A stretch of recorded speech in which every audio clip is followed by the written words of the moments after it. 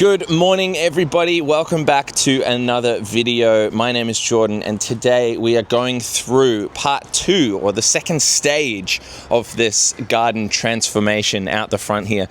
Remember, it still does not look like much, but this is an authentic journey of showing you how I bring a space like this from a completely deserted grassland into a thriving paradise. So come along for the journey with me. We're going to jump into step 2 today and part 2 and figure out exactly what has gone in, what is yet to go in, and my thought process in this whole project moving forward. So let's dive straight in.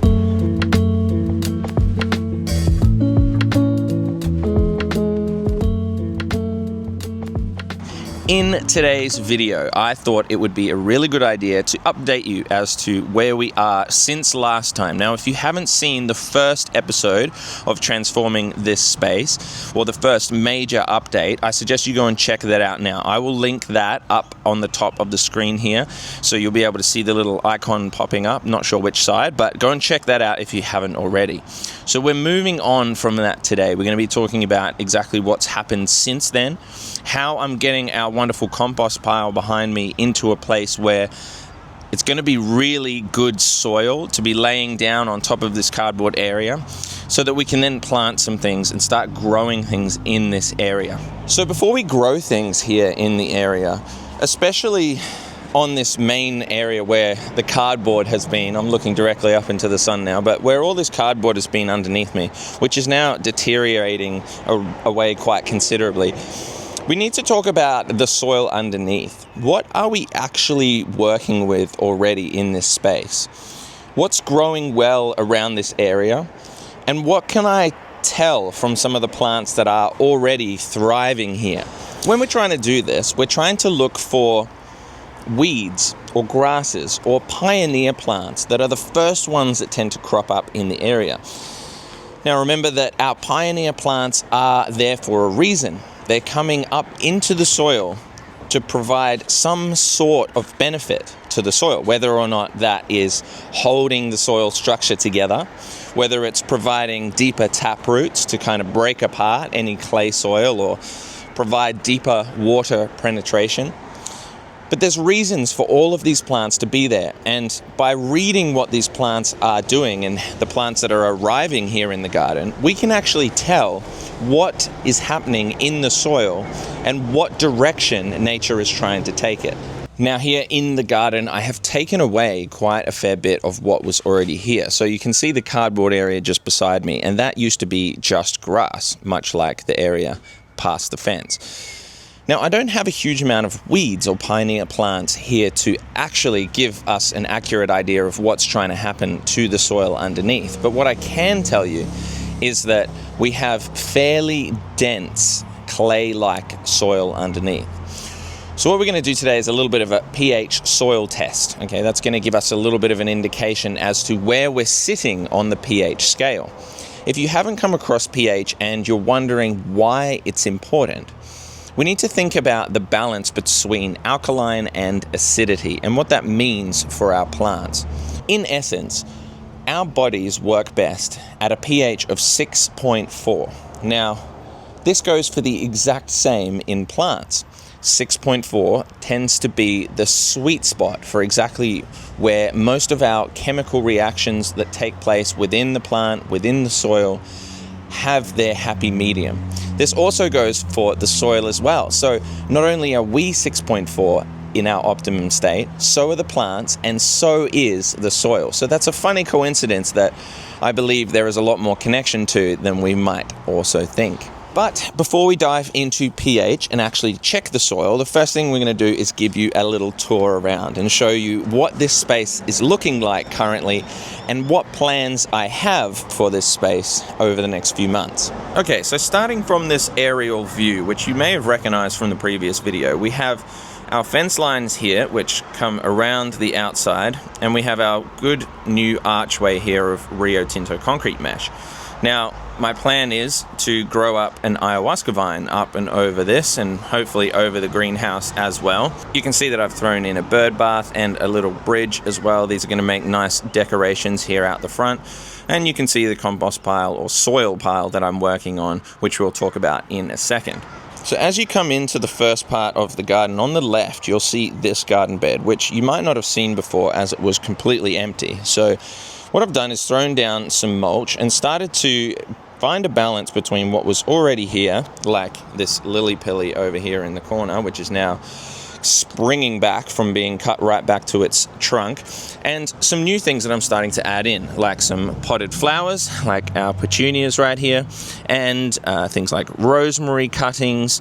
Okay, we've got also some angelonias over here, some beautiful white ones, and this one is a salvia. So all of these plants are going to start going into this area.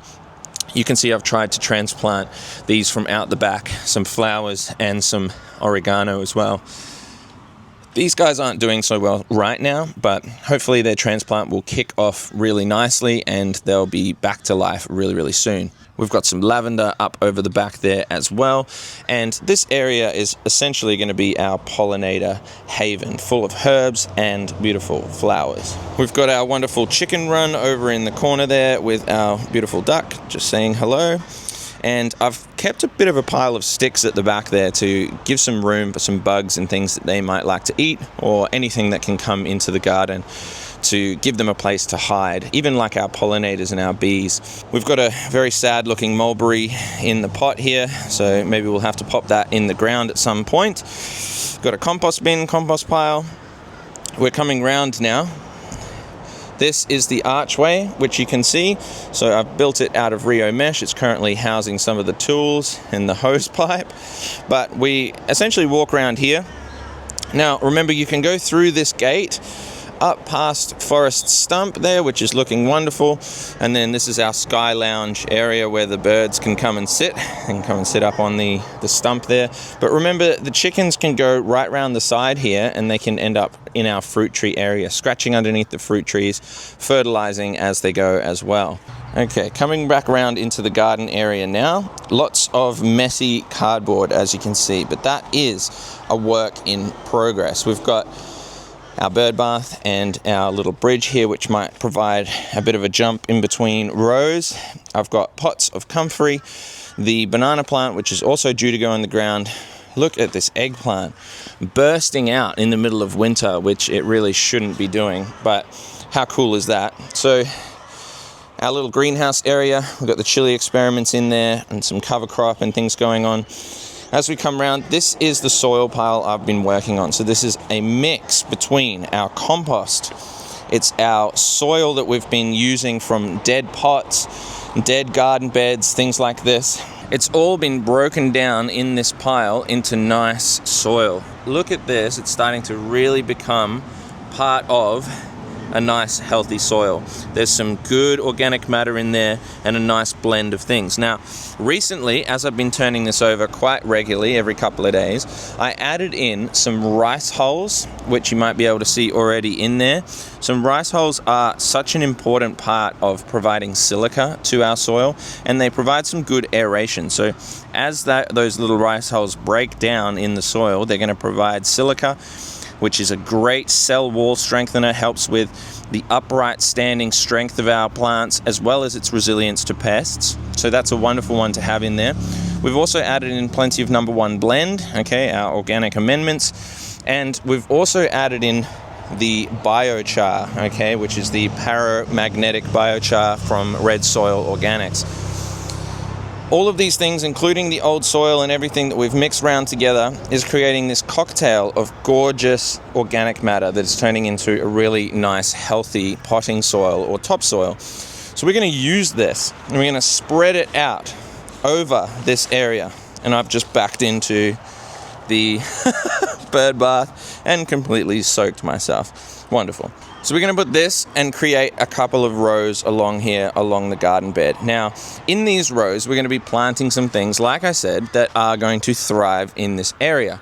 Right now, it is super exposed out underneath the sun. There's a few of these trees here, but it's super exposed. There's wind, there's rain, there's sunshine. So we need some pioneer plants that are going to do really well in this area. Remember, we have our passion fruit vines going along the fence here. We've got our first one, which is doing a lot better, the Panama Gold, and then we've got the red one over the back here as well, which is really stretching across that fence, and it's going to provide us a nice green fenced area with some fruit obviously as well.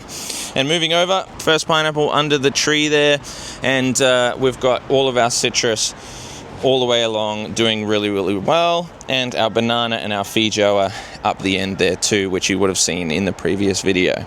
So everything is coming along very nicely, and you know, I'm a little bit ashamed as a gardener, as somebody that puts content out there, to show you how messy and how much of a work in progress something like this is. But remember, we're turning a grass area into a thriving, healthy soil living area where I can teach from and I can show you what to grow and everything. So it's going to be a slow progress. I can't just click my fingers and play God and actually have this whole area booming before your eyes. And I don't want to pretend that that's something that is possible.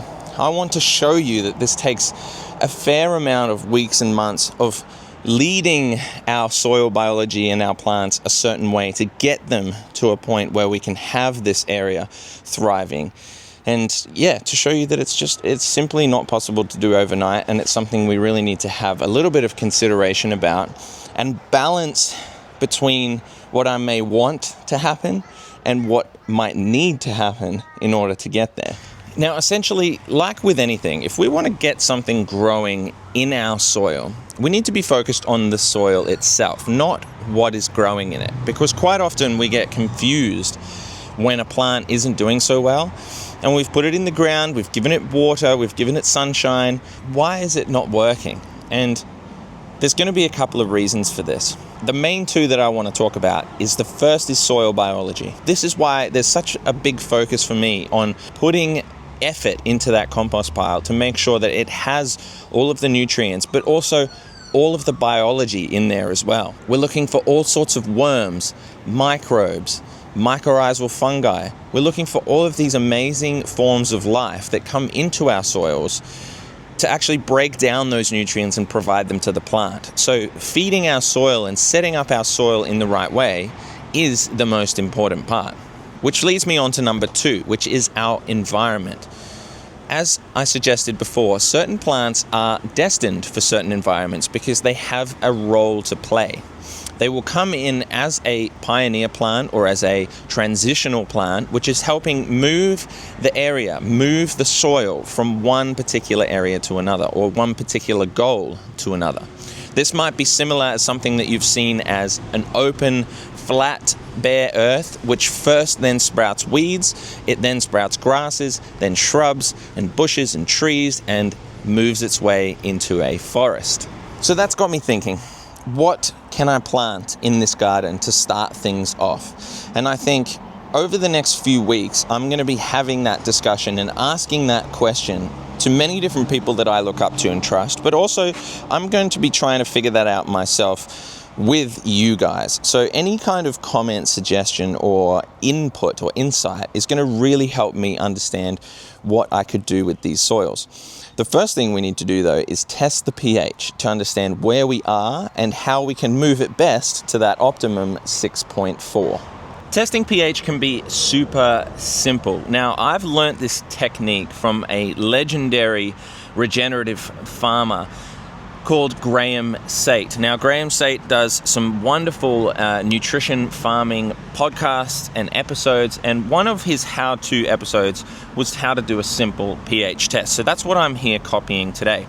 What we've got is a sample of our soil, okay? This is just from underneath the cardboard there. We've got enough in this little plastic cup that we can use to test. It's a really simple test. We've also got some water here. Now, this is demineralized water. It's really important to go with demineralized water because any kind of tap water, town water, or even just standard mineral water comes at a pH level already and might affect the pH of this test.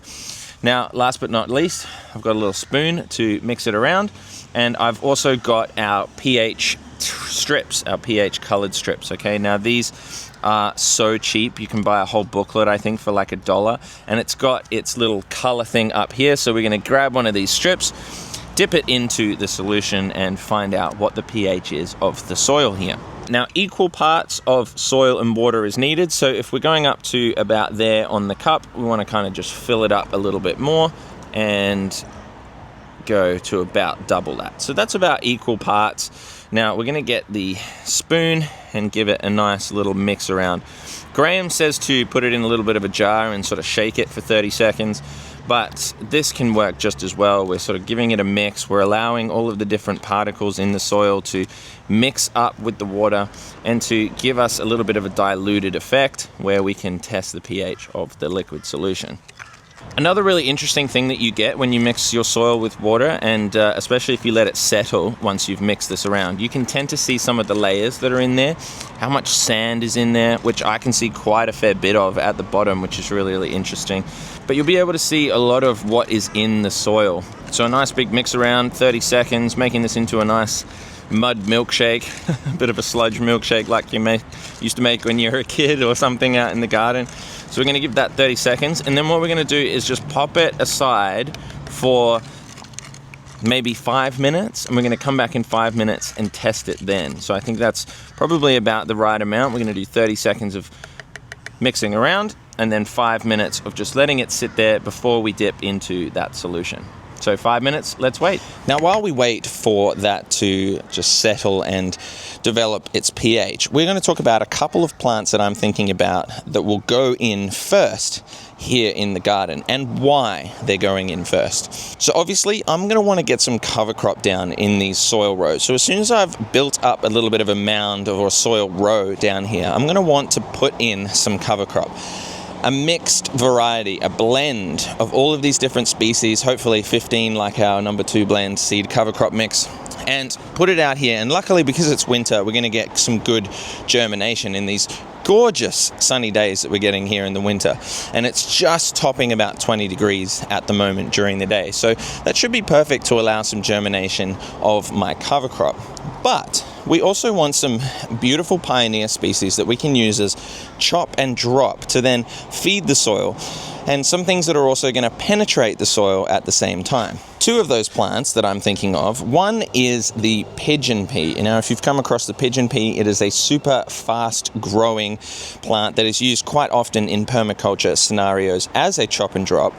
So we're going to let the pigeon pea grow up in a few areas, and we're going to keep pulling organic matter off it and dropping it back down on the soil surface. Another really good one, as we mentioned before, is comfrey. Now, these little comfrey cuttings have just started sprouting out, and comfrey is a great one. It's a bioaccumulator of wonderful things in our soil, but it's also allowing us to develop more chop and drop material, and comfrey is just wonderful for that. So if you're not growing comfrey in the garden, it's such a good cover crop, such a good chop and drop. It's such a good medicinal plant as well. So comfrey should be on your list as a first pioneer plant in the garden as well.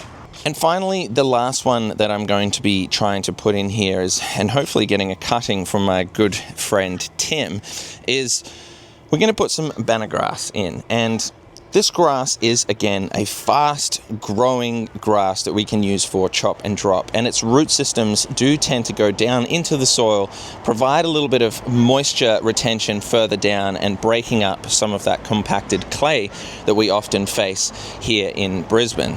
So with those pioneer plants and those very specific plants going in first, that can survive out in these open conditions during the winter and are providing lots of benefit to the soil. Our comfrey, our banner grass, also our pigeon pea and our cover crop, these are all going to go in there and start working their wonders on the soil. Now, there are so many amazing plants that you can use for this purpose, and it really depends on where you are as to what plants are going to work best. So maybe comment down below if there's something that I've missed that you like to use in your garden, because maybe it could work for me here. But also, you could help other people out. So if you let them know down in the comments where you are and the plants that you are using as these pioneer or soil building plants, then leave them in the comments for somebody else, because it really might help them as well. All right, so we're back at the soil test now, and if I pull this up to the camera, you can see now that it's separated. You can see some of those layers that have really separated in the soil, and you can see what's accumulated down the bottom and our gorgeous muddy milkshake up the top. So what we'll do is, let me pop that up there. I mean, it's precariously positioned, but hopefully that's going to help us out. I'm going to grab one of these strips, okay? Pull out one of the nice yellow strips, without getting too much of my finger pH all over it. And we're going to dip it nice and quickly into this solution. Dip it in and pull it back out again. Give it a little shake. We're going to hold it up to see what kind of color we're getting on the end of our pH strip. If we have a little look at where our strip lands on this little indicator, we can see possibly that this color is somewhere around the 7 mark. It's got a little tinge of sort of orange and a little tinge of green. So it's somewhere sitting around that 7 mark. Now, unfortunately, I have a little bit of color blindness, but this is sort of sitting in between that 6 to 7 range, somewhere around the 7, and that's somewhat optimum. Obviously, without a pH meter, we're not going to get an exact decimal point in between the two, but at least we're not seeing a color that's so dark over here, or conversely all the way over here in the pinky orangey sort of section over here. We're sitting somewhere in the middle, so we can tell that this soil is already at a relatively good place. Now that's good news. That's great news, because that means that we do not have to do a huge amount to this soil to get it to its optimum condition. One thing that we do see more commonly probably around here is our pH is under 6.4 or under 6. And something that you can do quite easily to bring that pH up a couple of clicks is to add some lime, add some horticultural lime, some agricultural lime, all the different names for it. But add some lime to your soil, and I think it goes at the rate of about 2 kilograms per 10 square meters for your lime to bring it up a couple of clicks. So have a think about that if your pH is a little bit low. But as I said, good news, we've got a pretty awesome pH level at the moment, sitting around the 6 to 7 mark, so that's pretty perfect. I haven't done anything to do that. I'm just lucky that my soil is already like that. So it's going to give us a great starting point. And if I had just presumed what the pH is, like everything else that seems to be around here having a slightly lower pH, and just thrown lots of lime down, I might be in trouble, locking out a fair few nutrients and also causing the pH to be out of whack completely, when in reality I didn't need to do anything at all. We are at a point where we're just about to lose our cardboard on the ground here, and I want to be throwing down that topsoil. It's almost ready. In fact, I could probably throw it down right now and it would probably be okay. I need to order myself, or go and find a wonderful contact that I might know that has some forest mulch. We're going to be using forest mulch for this point in time as my pathways to go in between all of the rows. Now, I like to alternate between mulches, because remember, mulch is organic matter, and we don't want to add the exact same organic matter every single time to the soil, because it can throw it out of whack and it's lacking diversity. So forest mulch gives us a little bit of diversity, more so than just getting maybe just a straight pine mulch, which we're using over in the garden bed there. But we want to rotate, so I might use forest mulch to begin with, then I might throw some barley straw down, then I might be throwing some cane mulch, and just change it up. Just change it up every single time, because nature loves diversity. That's the key to everything. So that's what we need to be focusing on, is putting diversity back into our soils. And if we can do that through mulch and pathways as well, then happy days. So that wraps it up. Okay, a couple of things to leave with you, and a couple of things that I'd love to ask from you. If you have any advice for me, we're all learning and growing together. That's the point of showing you this space transformation, because it's talking openly about my thoughts, as I said at the beginning of this video, being transparent and sharing with you the journey that it takes to get a place looking very beautiful. You just see these things on Instagram, or you see them on YouTube, and there's these thriving paradises that they've worked so hard on, but we're starting from scratch, and I can show you it can be done, and it is possible. And these are the things we're thinking about. And the journey is just as fun as the finished result, if not more fun, in my opinion. So what I can ask from you is let me know in the comments if you've got anything to help me out, or if you've got anything to help anybody else out that might be living in your area. Share it. Use the comments as a bit of a community building section. I'm always in the comments to jump in and chat to you guys as well. Love to hear what you're all up to.